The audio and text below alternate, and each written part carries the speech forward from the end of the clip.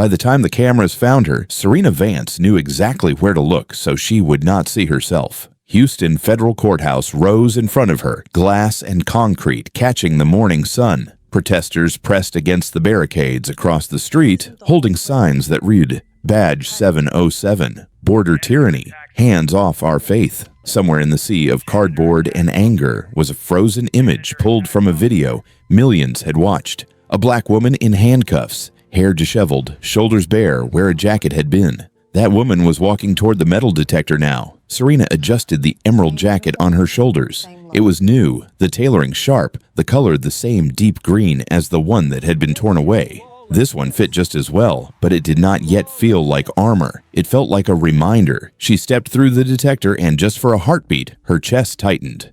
The harmless beep of another lane became the crack of raised voices, the clatter of a briefcase on tile, the hot scrape of fingers closing on fabric. Fluorescent airport lights flickered across her mind, a hand grabbing, cold air on her arms, phones rising in silence. The marshal on duty nodded. "Morning, Judge Vance." She let the breath go. "Morning." Her walk down the corridor was steady, measured, the same pace she used when taking the bench. To anyone watching, she was composed, almost serene. Only her eyes had changed. They carried the knowledge of someone who had seen the inside of the machinery she had spent a lifetime maintaining. In the waiting room outside the courtroom, a television bolted to the wall chattered at low volume. Serena could not avoid that screen. A news anchor spoke over looping footage from Southland International Airport. New developments today in the Southland Airport religious garment incident. Federal Judge Serena Vance is expected to appear as the key witness in the civil rights case that has rocked the Border Patrol. On trial by headline are Galveston District Chief Thomas Rourke and Officer Marcus Thorne, known online as Badge 707. The clip cut to her again. The old emerald jacket half off her shoulders, mouth open mid-protest, wrists being yanked behind her. The chyron read, "Federal Judge stripped at security." She watched herself for exactly 3 seconds, then looked away. It was not the first time she had seen that moment, but the sting never dulled. A woman who had sentenced cartel bosses and corrupt officials reduced in public to a spectacle, another black body handled like contraband. Rage pressed against the back of her teeth. What surprised her months later was that the rage was not for herself alone. It was for every person who had not had a title to flash or a camera nearby when a badge decided dignity was optional.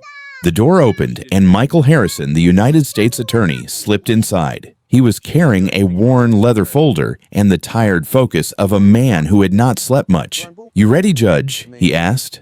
"I have been ready since the moment they put the cuffs on," Serena said. He glanced at the television, at the frozen frame of the jacket midair. "After today, the whole country is going to know exactly what that border agent did," he murmured, lowering his voice as he stepped closer, "and who he chose to humiliate." Serena straightened, fingers brushing the lapel of her new jacket. "Then let us be very clear." Downstairs, beneath the marble and echo, a different door closed with a heavier sound. Marcus Thorne sat alone on a narrow bench in a holding cell, orange jumpsuit replacing the dark green uniform he had once worn like a second skin. The concrete sweated cold. Muffled chants from the street bled through the vents, the words indistinct but the rhythm unmistakable. On the small television bolted high in the corner, his own face flashed beside the hashtag that had defined him for months. Badge 707. The screen split, showing him again at Southland, jaw set as he reached for an emerald sleeve. His hands, no longer free, clenched around a pocket Bible. For the first time in his career, there was no badge on his chest, no chief to nod from the shadows, no camera he could turn off. A voice, distant but relentless, seemed to roll up from the concrete itself. It had all started with a jacket, and with one man who had forgotten that the law did not belong to him. "Do you really believe, if you go after Border Patrol money, they are just going to sit there and take it?" Damon Vance asked the question over the hum of the coffee maker. It was early, the sun a pale smear over Houston, and their kitchen still smelled like last night's gumbo. He stood in uniform pants and a faded college t-shirt, badge clipped to his belt, watching his wife measure grounds with a precision that made rookie officers nervous on the stand. Serena glanced up at him, one eyebrow lifting. "Good morning to you too." "I am serious," he said. You start poking around their discretionary funds, their bonuses, their toys on the border. You think they will just send you a thank you card? NPR murmured from the small radio on the counter. A segment about a sheriff's department under investigation. Serena poured hot coffee into her mug, dropped in exactly 1 sugar, and gave it a slow stir. "If I follow the law," she said, "the law will follow me back. Bad actors do not get to veto oversight because they might throw a tantrum." Damon leaned against the counter. "You just described half of American policing." She smiled at that, but it was a tired smile. "You are the chief. You are allowed to be cynical. I am a judge. I do not get that luxury.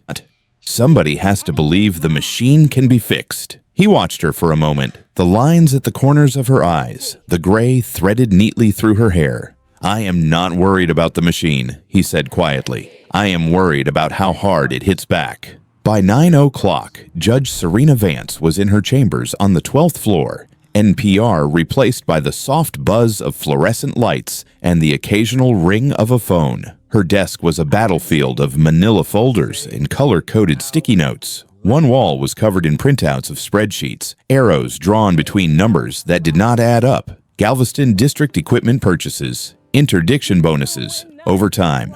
Her law clerk, a young woman named Tasha, poked her head in. "Judge, you want me to grab you anything from downstairs? Muffin, tea, new pair of eyes." Serena did not look up from the column she was highlighting. "If you can find me a line item that explains why this district needed 3 times more mobile scanners than any other, I will take that." "So, no muffin," Tasha said. Serena allowed herself a small chuckle. "Coffee is fine, thank you." She was meticulous and stubborn, but never cruel. In court, she listened to defendants as carefully as she listened to prosecutors, her tone the same whether she was addressing a cartel accountant or a frightened teenager. She believed in process. She believed that if everyone did their part, the system, flawed as it was, still bent toward something like justice. It was that belief that carried into her next meeting, across town at the FBI field office. Special Agent in Charge Jennifer Martinez sat across from her in a glass-walled conference room, blazer off, sleeves rolled up. They had worked cases together before. Gang prosecutions, a dirty cop ring. There was an easy respect between them. "So this is the Border Patrol file," Martinez said, tapping the thick folder Serena had brought. "Discretionary funds, equipment, bonuses. You were not kidding." "It is uglier in context," Serena replied. "The numbers are not criminal by themselves. It is the pattern. The bonuses spike for certain kinds of seizures right when complaints about unlawful searches go up. It smells bad." Martinez nodded slowly. "You know, once you walk into that room in D.C. and say this out loud, every chief who has been dining off that budget is going to have your name on a dartboard. If we keep everything within the law, we will be fine," Serena said, almost casually. "Internal affairs, inspectors general, federal statutes. The system has ways of correcting itself, if we feed it the truth." Martinez studied her. "Serena, these men have built careers on no one looking too closely at their books. You start talking about cutting bonuses and redirecting funds. You are not just touching their pride. You are touching their mortgages. They do not sit still for that. Watch your back. They may try to get to you before you ever make it to that podium." Serena leaned back. "If they play dirty, they leave footprints. And that is when you and I do what we do."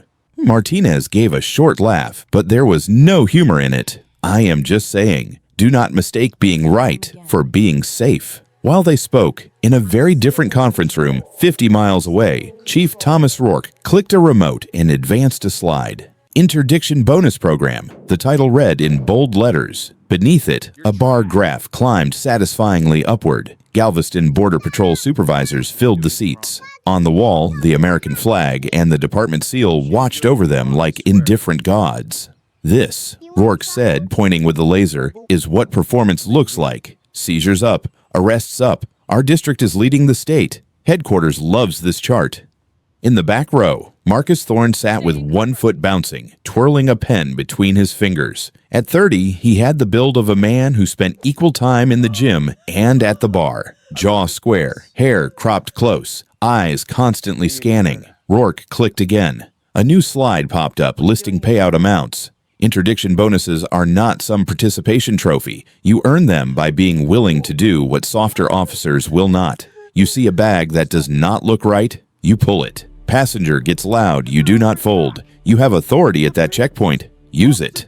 The supervisor beside Thorne shot him a look. Man, 2 more checks like last quarter, I can finally upgrade my truck. Thorne smirked. Forget 2. 1 good day, couple of big seizures. I am driving off the lot by summer. He believed his numbers protected him.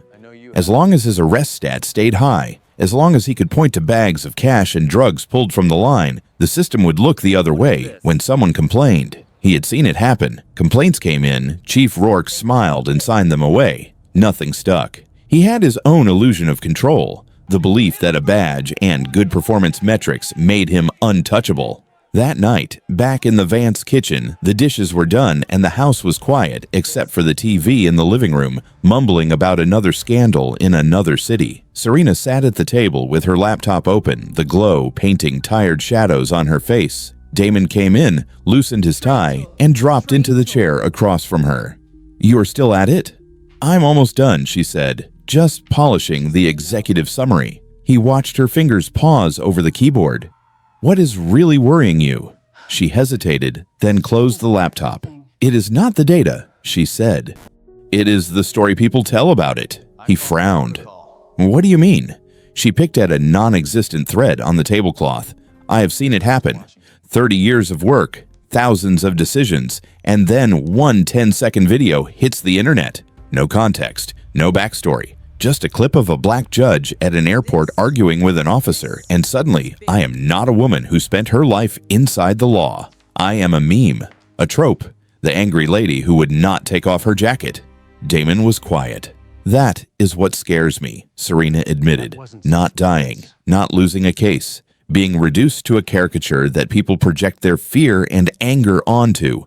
Having everything I have tried to be boiled down to a few seconds someone can cut and paste." He reached across the table and took her hand. "You are not giving the public enough credit." She gave him a look. "I have sentenced members of the public, Damon. I know exactly how much credit to give." His laugh was soft. "Fair." Her phone buzzed. A new email. She opened it and read the subject line. "Your travel itinerary has been confirmed," she said. "Houston to D.C. next month. Priority boarding, closed door briefing at Homeland." "See," Damon said, "they want you in the room. That has to count for something." "It does," she said. She stood, gathering her laptop, and moved toward the hall closet. From inside, she took out the emerald jacket. The fabric caught the light, rich and deep, like a forest after rain. She hung it on the hook by the door, smoothing the sleeve with her palm. "This one is coming with me," she said. "Yup," Damon replied. "You in first class, that jacket, federal ID. Nobody is going to want to mess with you at the airport." She gave a small, confident nod. "Exactly. I will be fine." The house settled around them, the ordinary sounds of a quiet night. Upstairs, the bedroom lamp clicked off. Downstairs, the emerald jacket waited on its hook, still and bright. For Serena, it was not just clothing. It was a shield, a symbol of faith and dignity, something she believed even the rough edges of America knew to respect. At least, that was what she believed. Right up until the morning she stepped into the security line at Southland and learned exactly how wrong she was. At 10 in the morning, Southland International Airport felt almost gentle. The priority security lane moved in a quiet, practiced rhythm. Wheels of carry-ons whispered across polished tile. A soft wash of lounge piano drifted from overhead speakers, just loud enough to cover the hum of conversation. Judge Serena Vance stepped out of the main flow and into the priority lane, emerald jacket smooth over her shoulders, reddish-brown briefcase in her hand. Inside that case, documents that could redirect millions of federal dollars and change how an entire district of Border Patrol did business. She felt a small knot of tension beneath her ribs, the kind that came with any important hearing or flight. But she had done everything right. Priority boarding, federal identification, clearance. The feeling was manageable. An hour earlier, in an office 50 miles down the coast, a different kind of tension had settled. Chief Thomas Rourke sat alone at his desk in the Galveston District headquarters, the glow of his monitor painting his face in cold light. On screen, a flight manifest scrolled past. He stopped when he saw the name, Serena E. Vance, first class, Houston to Washington National. He opened another window and pulled up an internal summary she had filed. Federal Judge, Southern District of Texas. Current project, review of discretionary funds and interdiction bonuses for the Galveston District. Rourke exhaled through his nose and reached for the phone. He punched in a number from memory. Thorne, you on post yet? Static, then a young man's voice. Yes, sir. Southland Priority Checkpoint, badge 707, ready to work. You have a special passenger coming through this morning, Rourke said. Name is Serena Vance. She is the one trying to cut our money. I want her screened, thoroughly. Do not let her glide through like she owns the place. There was a pause. Are we talking random, or... We are talking an alert, Rourke interrupted. You got me? Treat it like that. Nothing crazy that makes the news, but do not make it easy for her to get on that plane. Sometimes people rethink big decisions if their morning gets complicated. Thorne laughed softly. Understood, Chief. Rourke ended the call and leaned back. That was his choice. Not a memo, not a formal order, just a quiet weaponization of the authority no one was watching closely enough. Back at Southland, Marcus Thorne adjusted the belt on his dark green uniform and watched the line. He liked this spot. The checkpoint was his little kingdom, his piece of the border inside a polished, air-conditioned terminal. People moved toward him with their passports and boarding passes, anxious to keep their lives on schedule. He was the one who could slow them down, the one whose raised hand could turn a vacation into a story they told for years. He scanned faces and bags, a businessman with a too large carry-on, gold watch flashing, a Latina mother juggling a toddler and a stroller, shoulders already tense. A group of college kids in hoodies and headphones. Mixed in were people who looked like they flew every week, people who had learned how to shrink themselves to slip through. In the back of his mind, numbers ticked. Interdictions this quarter, bonuses earned and still possible. The car payment that would hit next week. The way Chief Rourke clapped his shoulder in the hallway whenever Thorne's stats came up in meetings. He remembered other mornings.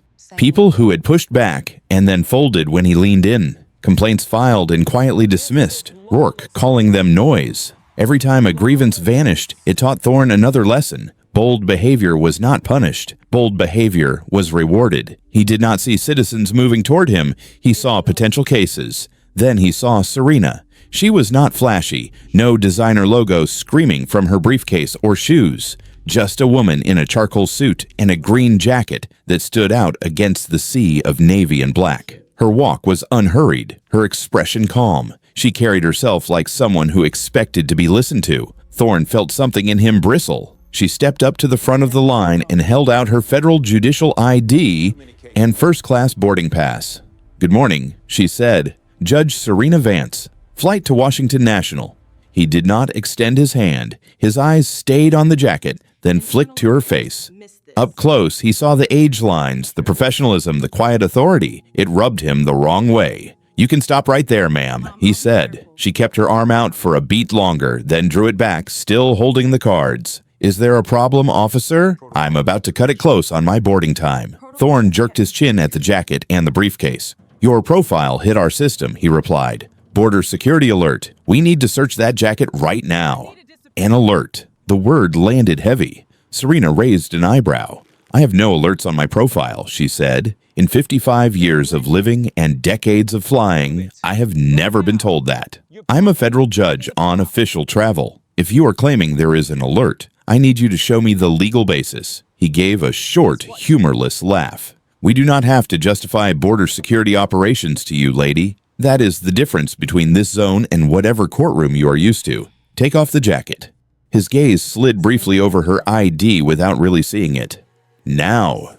Around them, the murmur of the line dropped. People sensed a shift. A father pulled his daughter a little closer. A gate agent pretended to straighten a stack of bins and watched from the corner of her eye. Serena's voice cooled, but it did not rise. Officer, this jacket is part of my professional and religious attire. A search without probable cause or a warrant is a direct violation of my rights under the Fourth Amendment. In addition, targeting a religious garment may violate the Religious Freedom Restoration Act. I am not refusing security. I am refusing an unlawful search. The words were clean and precise. She was not speaking as a passenger who felt hassled, but as someone who knew the architecture of the law from the inside. To Thorne, it sounded like a lecture. He took a step closer, close enough that she could smell coffee on his breath.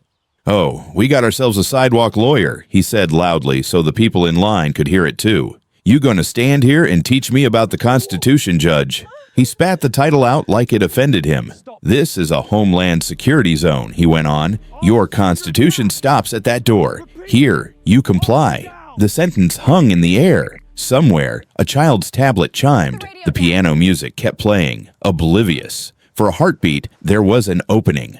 Thorne felt it. He could have pulled back, called a supervisor, followed the boring, safe route. He saw that path the way a driver sees an empty exit ramp. Then another image pushed in. Rourke's voice on the phone. The slide of bonus numbers climbing. The thrill of being the man who did not back down when someone important tried to throw weight around. He chose the other path. Serena saw the choice flicker across his face, saw the way his jaw set, the way his hand flexed. "Officer Thorne," she said, reading the badge on his chest, "you are about to do something that will cost you your career. I am warning you as clearly as I can. If you proceed, your actions will be examined at the federal criminal level." For the first time, doubt flared in his eyes. "You threatening me now?" "I am informing you," she replied. "You still have time to correct course."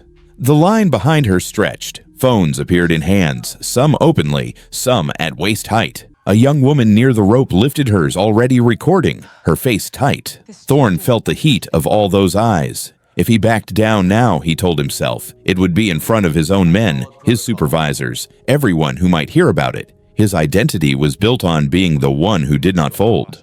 "Last chance," Serena said quietly. He heard his own voice answer, steady and hard. "No." Last chance was when you could have just taken off the jacket like everybody else. Then the sound came. Not a gunshot. Not a scream. Just the sudden scrape of shoes, the shift of weight, the sharp rip of expensive fabric under strain. The lounge music seemed to fall away. Air rushed over skin that had been covered a second before. A chorus of gasps moved through the line like a wave. Serena did not look down. For a sliver of time that would later be slowed and replayed on a million screens, she stayed upright, eyes locked on a point beyond Thorne's shoulder. In that sliver, three separate truths collided inside her. Her career, the one built on rulings and reason, now hanging on how this moment would be framed by whoever uploaded the first clip. Her faith, the quiet, private symbolism sewn into the fabric that had just been wrenched away. Her belief in the system, the conviction that if she did everything by the book would stand between her and this exact kind of humiliation. Something inside her whispered, "This is not about being arrested. This is about being edited. They will not see 30 years of service. They will see 10 seconds of you looking like a problem." She heard a child ask in a small voice, "Daddy, why is that lady in trouble?" She heard a man mutter, "Here we go again," weary and resigned. She heard Thorne's voice, still talking, still justifying, but the words blurred. What cut through was the cold shape of his choice. He had decided she was not a citizen with rights. She was a target to be handled. In the edge of her vision, green flashed and disappeared. The emerald jacket left her world, caught and lifted by another hand, no longer hers. Metal touched her wrists. A practiced click, the distant whir of a camera zooming in. Someone near the rope began to cry, without quite knowing why. Later, there would be time to list every statute violated in those seconds, to freeze frames and look for angles, to analyze every word yelled across that checkpoint. For now, there was only the echo of fabric tearing and the hollow in her chest where trust had been. The scene did not end with a neat fade out. It cut. The next sound was a door slamming behind her, thick and final, its metal guts rattling. Fluorescent light buzzed above concrete walls. The air smelled of disinfectant and old fear. Serena stood in the middle of the small detention cell, sleeves of her suit exposed, skin still remembering the cold rush of the terminal. Somewhere far above, planes lifted into the sky. Somewhere on a server, a new video began to upload. The choices made that morning were already leaving their marks. The cell was colder than it needed to be. Concrete walls, a metal bench bolted to the floor, a stainless steel toilet in the corner pretending to be subtle. Judge Serena Vance sat on the bench with her back straight and her hands folded in her lap. Her wrists still carried the ghost of the cuffs.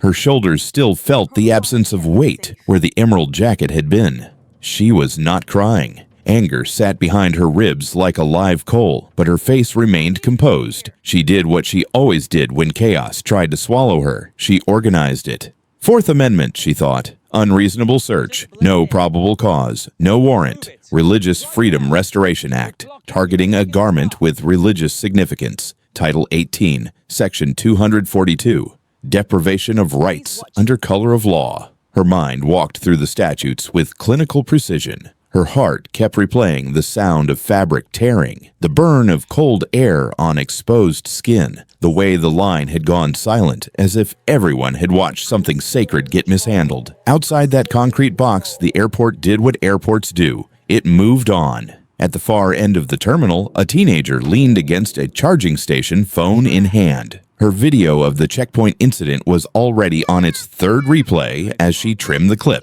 She chose the moment where Serena said, "I will not waive my constitutional rights," and the second where the jacket flew out of frame. She hit post and added 3 tags. Border Tyranny Judge Stripped Badge 707. On another concourse, a businessman who had filmed from a different angle uploaded his too. No caption. Just the image of a black woman in a suit being treated like a threat for insisting on the law. Within minutes, the clips found each other. On X, on TikTok, on group chats where people sent each other bad news with messages that said, "Look at this." In a small apartment in Atlanta, a woman in her 60s put down her coffee halfway through watching and whispered, "That is my mother right there." In Chicago, a college student wrote, "This is why my aunt will not fly anymore." Not every response landed that way. Under one of the videos, a comment appeared. "Here we go." Another one playing the victim card. "You do not want to be searched. Just do what they say." "If you have nothing to hide, what is the problem?" Another replied. "She is a federal judge. That is the problem. People like that think rules do not apply to them." The narrative was already fighting with itself. Empathy on one side, suspicion on the other. The video was still fresh, context still missing, but the country had started forming opinions before Serena had even been told why she was in that cell. Back at their house in Houston, Damon Vance's phone buzzed on the nightstand where he had left it after shift. He was in a meeting at headquarters when his assistant slid a tablet in front of him. "Chief, you need to see this. It is coming up on the city feed." The video played silently at first. Damon watched a federal judge who moved like his wife, dressed like his wife, argue with a Border Patrol officer. Then he watched the jacket come off and the cuffs go on. His chair scraped back. "Where is she?" "We have not been able to reach her," the assistant said. Her phone goes straight to voicemail. Damon's fingers tightened on the edge of the tablet until his knuckles went white. He had spent his career walking into scenes that made him angry. But this was different. This was his wife being handled like a perp by men who did not answer to him. In the federal courthouse, Tasha, the law clerk, sat frozen at her desk. A co-worker had called her over to watch the clip. Halfway through, Tasha's hand went to her mouth. "That cannot be her," someone said. They would not do that to a federal judge at security. Tasha watched Serena in the video lift her chin, watched her mouth form words she could almost hear even without sound. She knew that posture. She had seen it in court when Serena faced down lawyers twice her size. "They did," Tasha said quietly. In the corridor outside the detention area at Southland, Chief Rourke leaned against the wall, arms crossed. Officer Marcus Thorne stood in front of him, adrenaline still humming under his skin. Rourke's voice was low. "Good. She needed to be reminded she is not untouchable. At the very least, she is not making that flight to D.C. today." Thorne tried to keep the pride out of his expression and failed. She was mouthing off about constitutional rights. "I shut that down." Rourke gave him a tight smile. "Just make sure your report matches your story." She was non-compliant, raised her voice, disturbed the peace. "You followed protocol. We will handle any fallout. If there is video floating around, we get ahead of it." She pushed. You pushed back. Plenty of people out there hungry for a story about a judge who thought she was above the rules. They walked away from the cell door, believing they controlled the frame. They did not think about the cameras mounted high in the corners, the ones airport security ran, not Border Patrol. They did not think about body cameras they had not personally touched that morning. Down the hall, Officer Miguel Rodriguez stood near a bank of lockers, staring at the small blinking light on his chest. He had been the one sent in to remove the cuffs after the initial intake, his body camera quietly recording every word. He had watched Serena sit on the metal bench, shoulders squared, and heard her speak to him as if he were a court reporter. "Officer, for the record," she had said, her voice steady, "I am Judge Serena Vance of the Southern District of Texas. I am documenting that Officer Marcus Thorne has violated my Fourth Amendment rights and my protections under federal civil rights law. I'm informing you that I will be filing criminal and civil complaints against him and Chief Thomas Rourke." Miguel had swallowed hard. "Ma'am, I am not sure I should be. I am just here to—" "You're a witness now," she had said. "Your camera is running. You did not turn it off. That matters." He had felt a line appear under his feet that he did not ask for.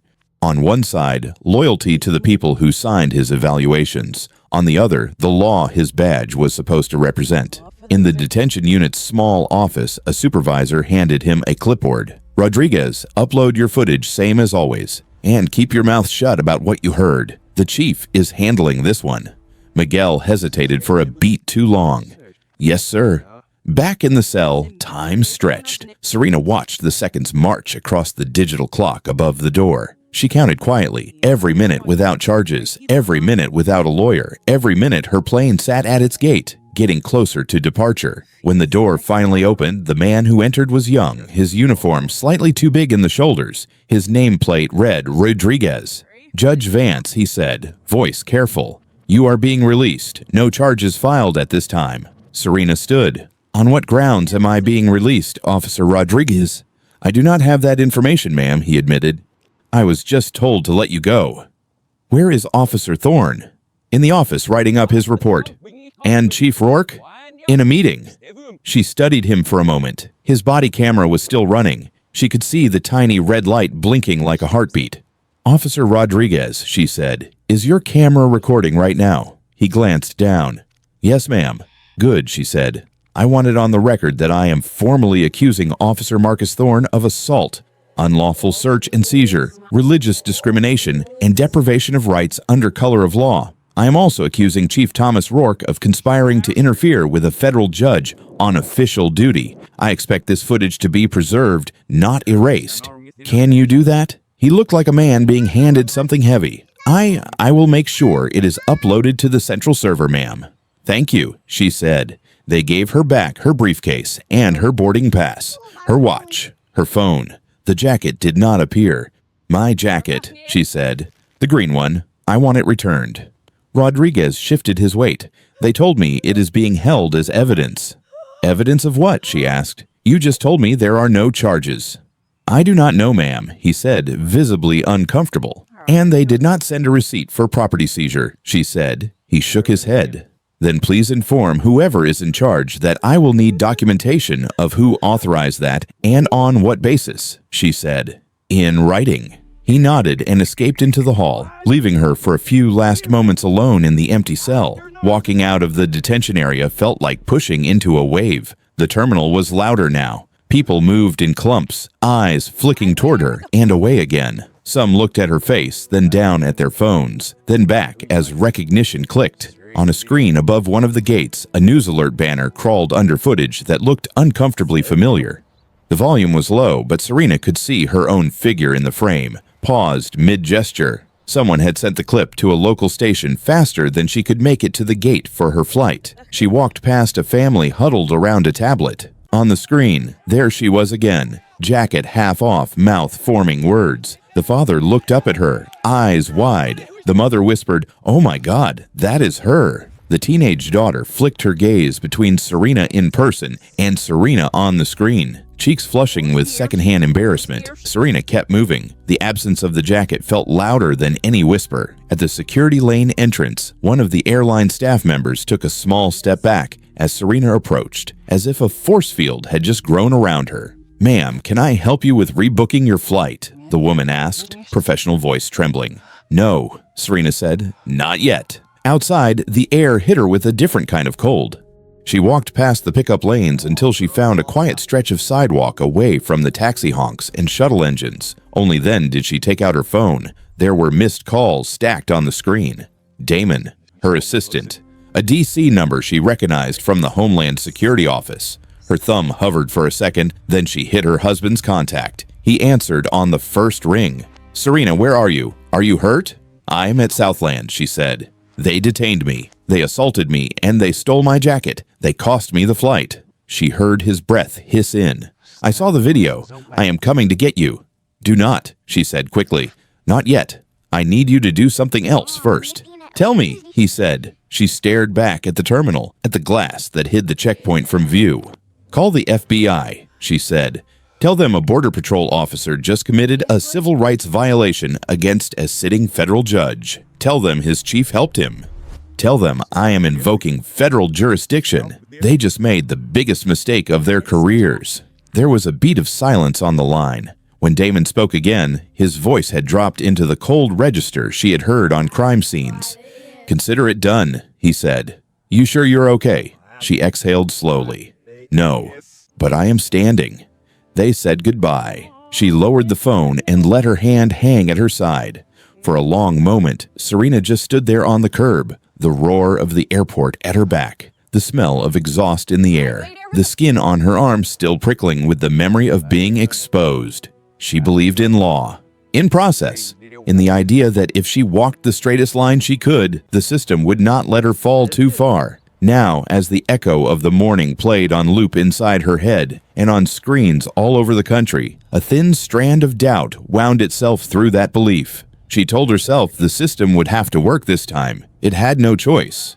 She had the law. She had witnesses. She had video.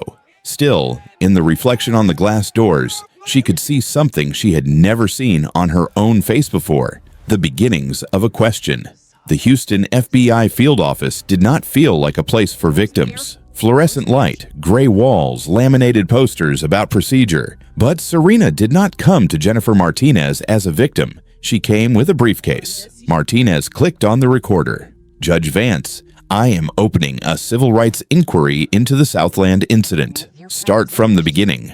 Serena nodded, then slid the fund allocation file across the table. "This is the beginning," she said. "What happened to me is what they do to people who threaten this money." For an hour, she walked Martinez through the morning at the airport. For another 2, she walked her through 6 months of budget reviews. By the time she finished, the SAC's legal pad was full and her jaw was set.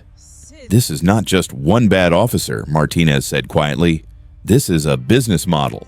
In the bullpen outside, the case grew legs. Agent David Chen pulled 5 years of bank records and watched interdiction bonuses flow into a Delaware shell company and back out as cash deposits to Thomas Rourke and Marcus Thorne. Agent Maria Santos traced system logs and saw Thorne's body camera go dark 8 minutes before Serena reached the checkpoint, then queued up crystal clear footage from the airport's own cameras. Every word, every movement. On cable news, a different story tried to bloom. Commentators replayed the video and framed Serena as a difficult passenger, a judge throwing her title around, a woman using religion to dodge standard screening. Invitations poured in for her to defend herself on air. She declined them all. "Facts first," she told Damon. "If I start arguing on talk shows, I become the story. I need the story to stay on them."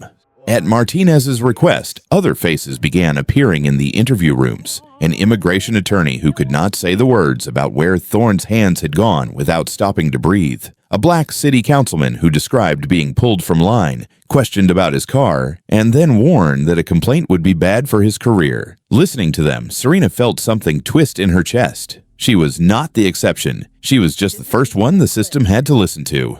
Across town, the walls started closing in. Internal Affairs sat Rourke and Thorne down with union lawyers at their sides and asked careful questions. The union reps repeated the same advice. Do not answer. Do not volunteer. The government is overreaching. They will not put one of their own on trial. Thorne nodded, but the words did not reach the place that woke him at 3 in the morning. His wife stood in their kitchen holding her phone like a weapon. "Tell me the truth," she said. "Did you know she was a judge when you did that to her? Rourke poured himself drink after drink and told himself he was too senior to be thrown to the wolves. The government would not want the scandal of admitting they had let this go on. They would investigate, make noise, and move on. He underestimated how angry the footage made people in the right offices. 2 months after Southland, a thick report landed on the desk of United States Attorney Michael Harrison. He read it once fast, then again slowly, line by line, photo by photo, bank records, video stills, transcripts, names. He stood and crossed to the window. Houston's late afternoon light bounced off downtown glass, throwing his reflection back at him. "If even half of this holds up," he said to the empty room, "we are not dealing with a bad checkpoint. We are about to crack open a termite nest." Behind him, the report sat on his desk, heavy as a loaded verdict, waiting for him to pick a side. They put Marcus Thorne in a bland interview room and thought it might calm him. It did not. Across from him, Special Agent Jennifer Martinez opened a laptop and turned the screen so he could see. A single page filled it. At the top, a photograph of Serena Vance in her robe. Under it, a heading in bold. Federal Judge Serena E. Vance, Lead Inspector, Galveston District Discretionary Funds. Thorne blinked. "What is this?" "This is who you stripped at Southland," Martinez said. "Not just a judge. The judge reviewing the bonus program that paid you all that extra money." He stared at the words until they blurred. The woman at the checkpoint was not just someone with an attitude. She was the one with her hands on his income. He saw every bold choice at the lane snap together like a tripwire he had wrapped around his own ankles. "So, you are telling me," he said slowly, "that the person I stopped was the one investigating our money."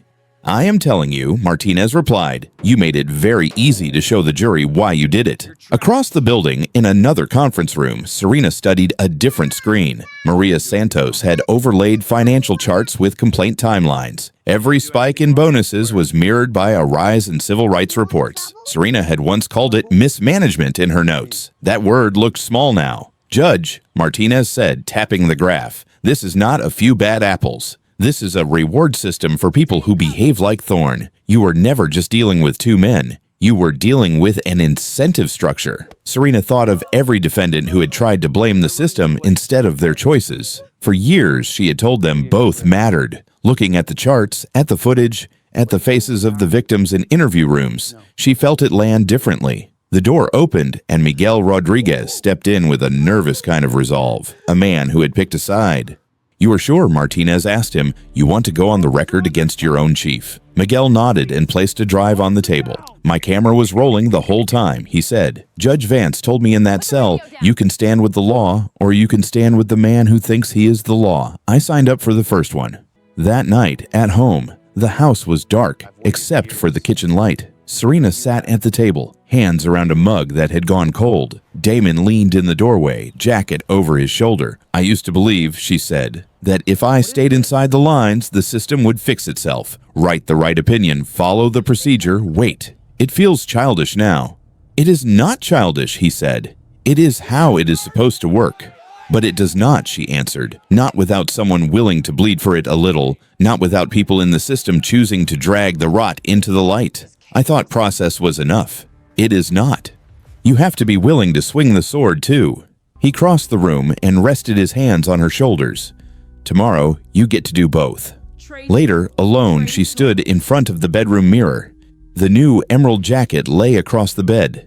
She put it on, buttoned it, and watched herself become the version of Serena Vance the public now knew. Not just the woman behind the bench, but the woman in the videos, the woman who had decided to fight back. Her reflection held her gaze. The gavel on her nightstand seemed farther away than the courtroom lights waiting in the morning. She was no longer only the one who judged others. She was about to step under oath, under cameras, under a different kind of scrutiny, and let the whole system decide what it thought of a judge who dared to turn the law on its own enforcers. The courtroom felt too small for how many lives were inside it.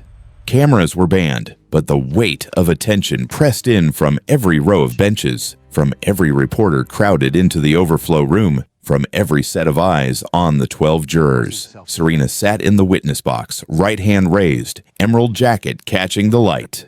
Marcus Thorne and Thomas Rourke sat at the defense table, suits instead of uniforms, badges gone.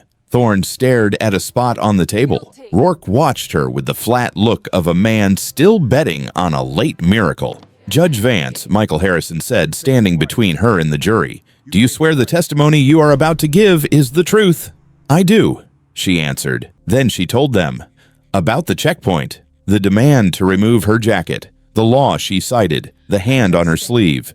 The moment she realized this was not about security at all, but about power. When she finished, Harrison picked up a remote. "Your Honor, the government moves to play Exhibit A." The screens flickered to life.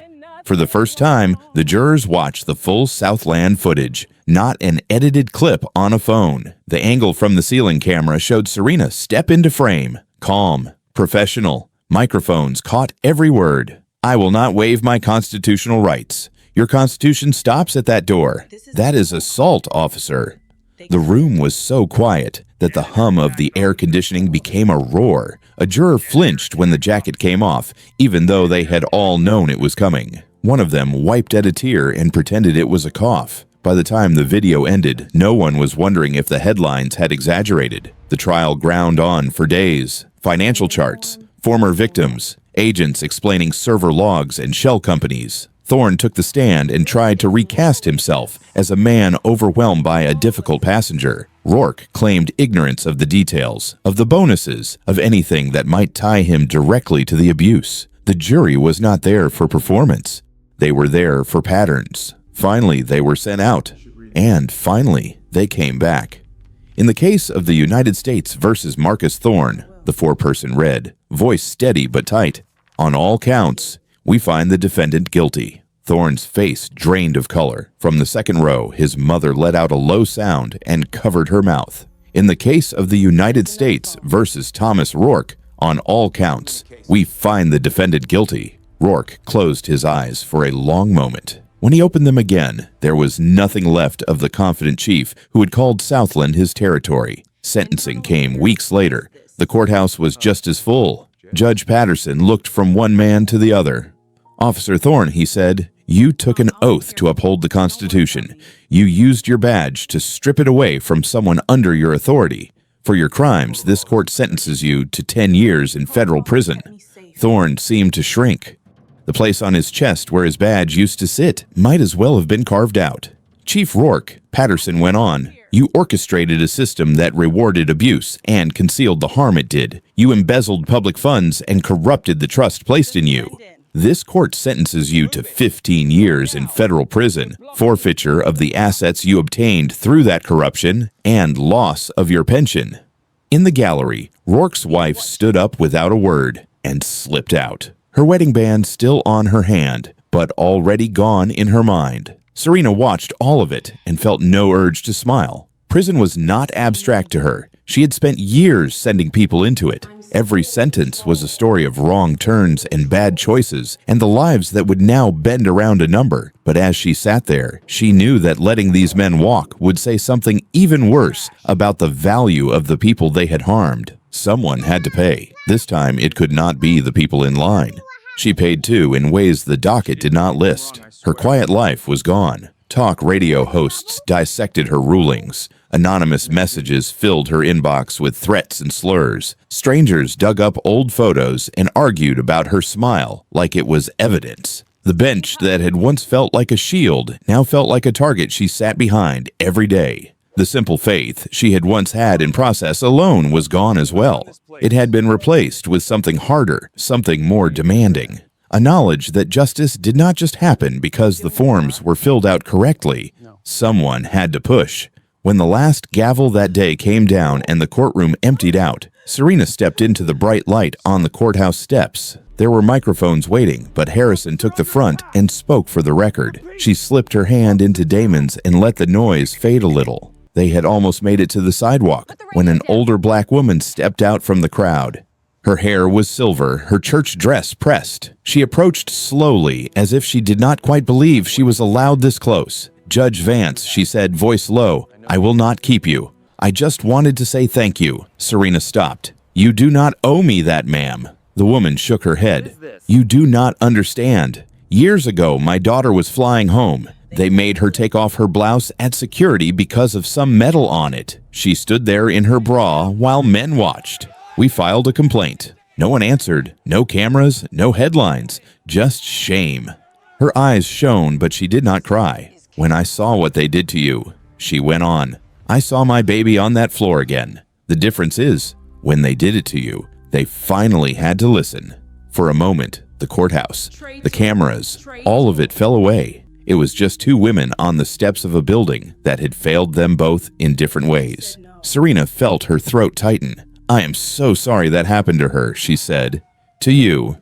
The woman nodded. I just needed you to know, you were not just standing up for yourself in there. She touched Serena's hand once, light as breath, then stepped back into the crowd. As Damon guided her toward the car, Serena looked up at the facade of the courthouse. It was the same building it had been before the trial, but for her, it would never look quite the same again. She understood now that when she had taken that stand, she had not only carried her own story with her, she had carried 1,000 others that had never made it to the record. A few months later, the room was smaller, quieter, and somehow heavier. No jury box, no cameras, just a long table at the Department of Homeland Security, a row of nameplates, and a slide on the wall that read, Federal Border Patrol Ethics Committee. At the head sat Judge Serena Vance. No longer just a witness, now the chair. They talked through dry words that carried sharp edges. Consent decree.